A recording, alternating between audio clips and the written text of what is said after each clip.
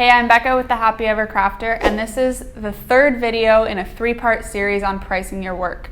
So I say this at the beginning of each one, but if you haven't watched part 1 or part 2, I strongly suggest you go back and watch those before this. I tell you where you can get the accompanying worksheets that go with these videos, and you're gonna miss a lot of information if you just jump right to part 3. So definitely go back and watch those, but if you've watched them already and you're ready to finish this series off, let's just hop in and start right back where we left off last time.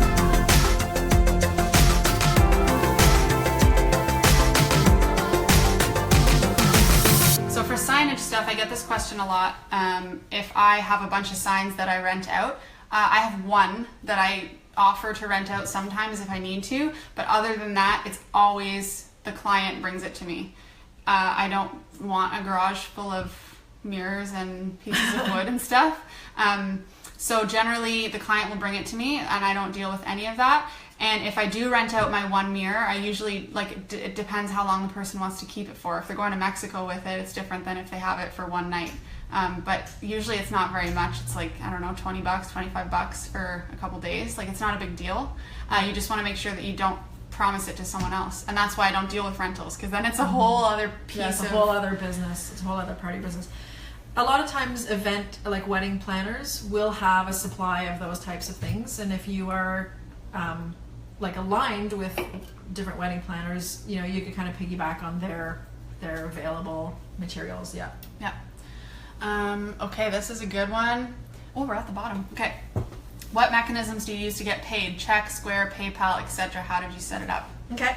So I personally use Wave Accounting for all of my accounting, estimates, invoices. I don't actually collect payments through there though. It's more of just a bookkeeping tool for me, but you use PayPal. Yeah, so I use PayPal, and in PayPal you can put your invoice, you can put your logo in it, and you can send your invoices. They can pay you right to PayPal. Yeah. Stripe as well. Or Stripe. Stripe is another one that accepts credit cards. And I also have the little Square Reader thing. Me too. It's free if you order one online. Just look up Square Reader in Google, and you can plug it right into your phone and take credit card payments that way. If you're comfortable with it, you can do e-transfers. You just want to make sure that you're keeping a paper trail of your invoices and estimates. And PayPal charges a fee. Yeah, but you know what? PayPal, Square, and Stripe I think are kind of the best. It's like 2.9% plus 30 cents. Like, if you're doing online payments, it's always going to have a fee. Yeah, and you know what? You just kind of work. It's part of that 30% that you stays in your business, right? It's just it's a cost of doing business. Yeah. Okay, so I'm going to hop back to our questions that we had earlier. Do you want to touch on taxes a little bit? Taxes.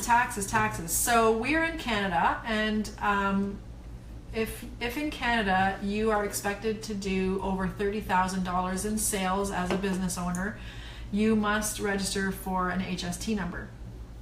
So if I'm just starting out, I probably am not going to do $30,000 in the first year of business. However, some accountants and bookkeepers would suggest that you still register for an HST number, because then you would be, even though you would have to charge it and you would have to reserve that aside and remit it to the government, but you can also get back the HST that you pay on materials. So depending on the amount of business that you do, it might be to your advantage to register for taxes like HST or not. So this is a conversation to have with an accountant based on the amount of business you expect to do. It's going to be different for every province, state, country, wherever you are. So you need to confer with your revenue agency on what the laws are for your area. And then in terms of income taxes, my rule of thumb is to put away I specifically put 27% of every one of my invoices in a tax savings account just for my income taxes. But that'll depend on your rate of your taxes wherever you live. Exactly. Yeah. So it can be scary, and you don't want to break the law and stuff. So right off the bat, as soon as you're making money, you have to pay taxes on it. That's the rule. So don't just not think about it. I did that for a long time. I thought that the rule was if I made under 30,000, I didn't have to pay taxes on it. Which is stupid. And then you get hit with a tax bill at the end. Tax surprises are never fun. So it's our best advice to you to get the system in place, well within a month of doing your first job. Like, get on it. Yeah. Okay, a couple questions have come up about envelope calligraphy, and I talked about signage and invites, but envelopes is another big one, and that's what most people kind of start with. And I see so many people not charging enough for them. My biggest piece of advice for this is, number one, to do a couple and time yourself and realize how long it actually takes you to do it. As you get faster at it, it's different, but when you're starting out, like, it only takes one really big envelope job that you've underpriced to really realize why you're pricing the way you're pricing, because it's exhausting and it's long and it takes a lot longer than you think it will. Mm-hmm. So generally pricing for an outer envelope of an invite will start at $250 a piece. So again, it's a luxury product, or, you know, a bride could get her own envelopes and write her own names on them, but if she's valuing it as a luxury product, then she will be willing to pay that much, she and he. Or she and she. She and she. Or he and he. So yeah, $250 for an outer envelope, and then of course that's for standard black ink, normal layout, average number of lines. You're not talking about like a custom mixed color of ink. You're not talking about like crazy bannery doodle designs. Very simple, that's what you start at, and then your add-ons come from there. Inner envelope would be like the one that comes inside that actually says the people's name. That would start at $1.50. And then RSVP envelopes, very similar to the regular envelopes because you're doing the same amount of writing, so $2, $2.50. How many envelopes should we ask for as backups in case of mistakes? The general rule is about 20-25%. Mm-hmm. If you're a beginner, you might want to do more than that, or at least find out where they got them in case you need to go get some more in the middle of the night. There was a good question above here about how do you know when the quality of your work is good enough to start charging? And I think if somebody comes to you and wants to pay you for your work after having seen some examples, it's good enough. Yep. If you just decide that you would like to make this part of your business, I think, you know, if you do a little bit of research, poking around, and you know, have you taken the workshops? Are you part of Show Me Your Drills? Have you really perfected the strokes? And is your work consistent? Is it clean? Is it tidy? Are you using quality materials? Those are all things that you should be able to recognize in your work versus somebody else's. And how, like, I don't like telling you to compare your work with others, but in this case, is your work clean and consistent and gorgeous, and do you have your own style? Yeah, for sure. And I mean, a good way to also base that is to try charging for it, and if someone pays you for it, then there's a market. If not, then you're maybe going to want to reconsider practicing a little more and, you know, upping your skills. Yeah. That's a hard one to answer without kind of seeing the work, but I believe that there's a market for everything, so yeah, you just have to find the right audience. What about the cost of place cards? At least $1 each.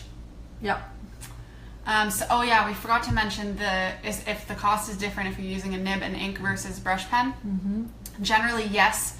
If it's on paper that you can use a brush pen, and you can, then you don't have to charge as much because you don't have to take the time to set up your ink and set up your nib and whatever. Yeah. But also you should ask the client in your question phase if they have a preference. Mm-hmm. Some do, because the ink actually looks nice and shiny and fancy, and some really don't care and don't know the difference. Mm-hmm. So it's totally like, if it makes sense, then yes. Yeah. You also have to consider the paper if you're using pen and ink, like nib and ink, because it will bleed and feather mm-hmm. on, you know, papers that are more porous, so you have to be careful of that. Yeah.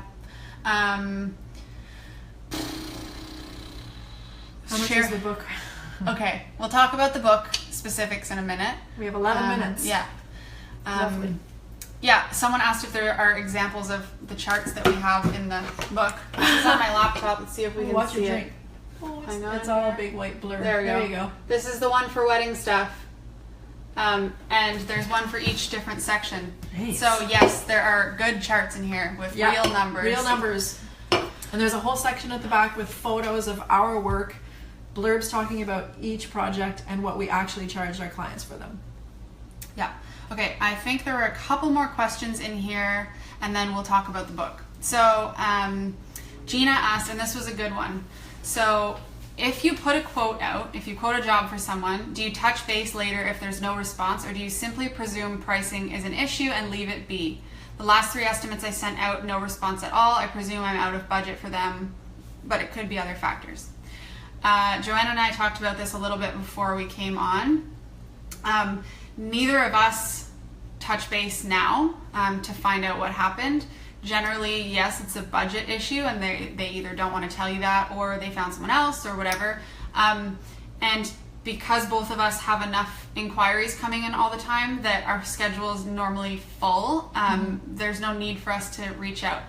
But that being said, there's no harm in doing that. Yeah. If you reach out and you're just polite and you say, my schedule is filling up, I want to make sure that I leave room for you because we've chatted earlier, then there's no harm in that, and hopefully they'll answer you back and accept the job.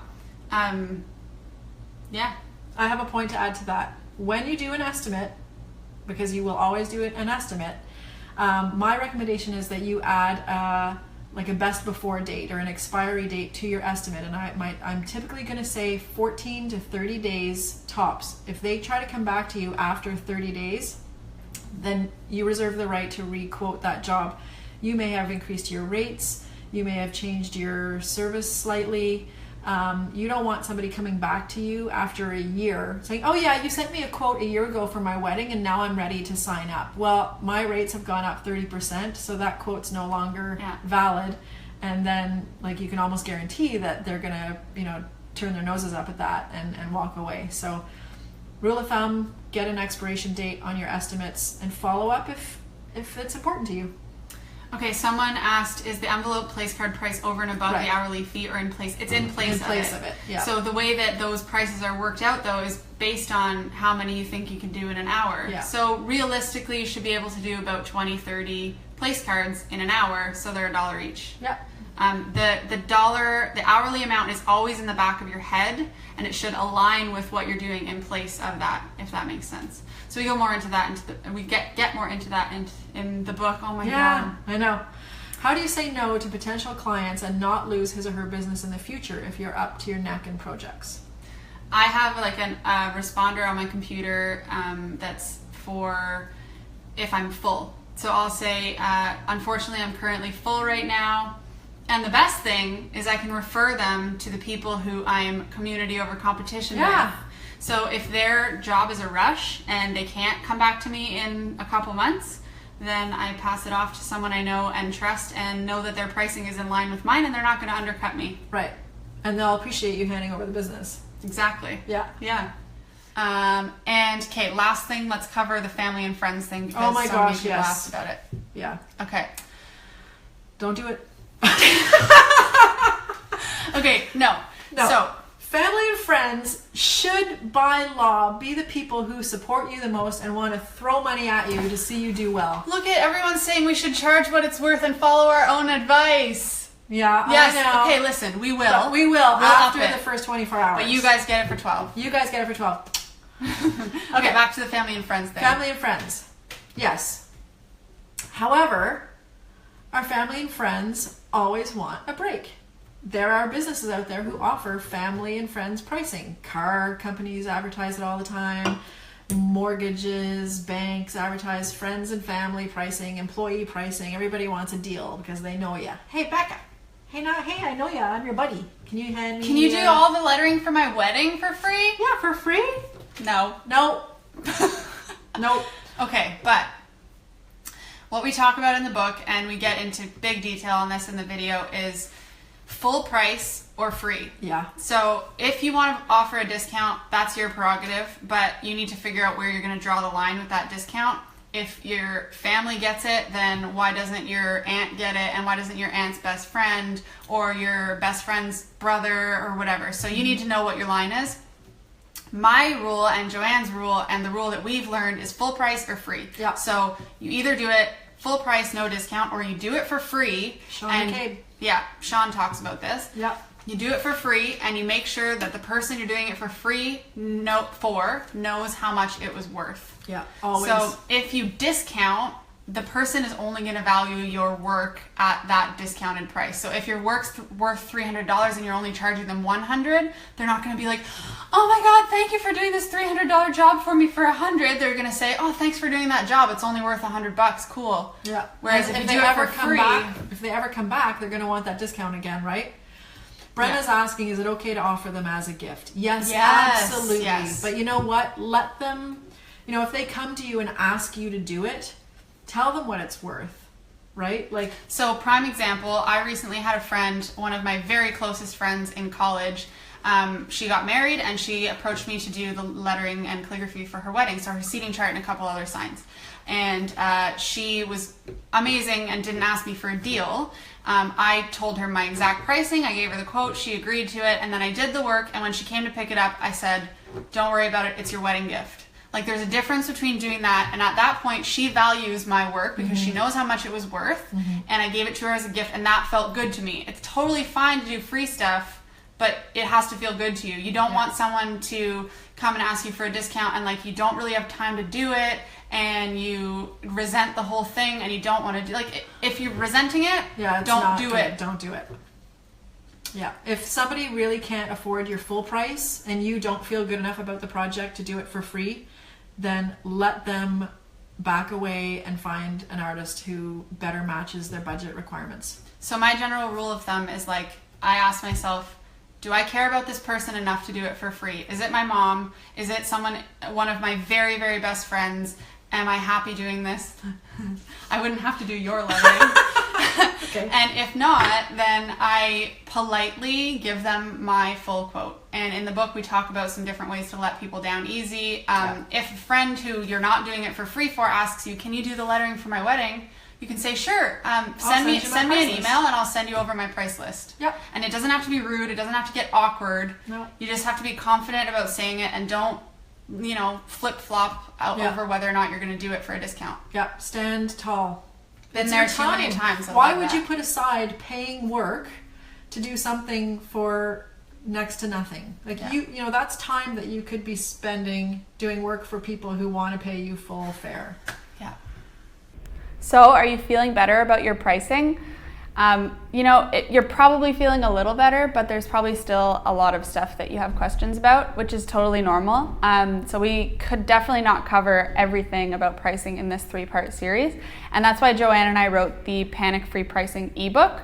So we talked about it a little bit in the video, and we've talked about it in part 1 and part 2 a bit. But now's the time where we're going to actually tell you a little more information about it. So let's look at the part in the video where Joanne and I explained what is actually in the book. So when we got together 2 weeks ago with this idea, you guys had asked so many times in the group, and so many people had emailed me asking me, saying, I went through all the drills and now I'm at a point where people are asking me to do this. I really need your help for pricing. And I was up to my eyeballs in all the other drill stuff, all the other workbooks, leaving on a world tour. And so I texted Joanne and I said, Joanne, I need you to make a pricing guide, because I trust you, and I know that my people will trust you. So this was 2 weeks ago. So about 2 weeks ago, and we got together like, we'll write a simple guide for pricing for new calligraphers and letterers. And we kind of thought it'd be 12, maybe 18 pages, a couple tables. This bad boy is currently sitting at 65 pages of crazy valuable information. We have pricing charts in here. We have estimates in here. We have photos of our work with what we actually charged. Do you want to walk through kind of what the table of contents is? Yeah, for sure. Table of contents is like 4 pages in. So can you go to the file on your computer, please? So we start out by talking about mindset things. So a lot of the things we covered today, like community over competition, why you don't want to cut other people down, what your hourly rate should be, what your minimum rate should be, the smallest projects you should take, how your level of experience compares to other people's, the cost of your materials, the size of your project, shipping, delivery, everything you could sketches, think of, proofs, edits, everything you can think of. Because so many people think it's just a matter of your materials and how long it took you, and that's your price. But there's so much more to it, and we go through it all, and it's like, it's a lot. Yeah, it's a lot it's to a manage, lot. but Yeah. it's great information. Yeah. We also have an accompanying video. We recorded that today. It's a whole walkthrough video of the book, and we get into telling stories and sharing personal experience with different points throughout the book. So that's a companion piece to the book. So when you purchase the book, you get that video, and you also get a replay of this one.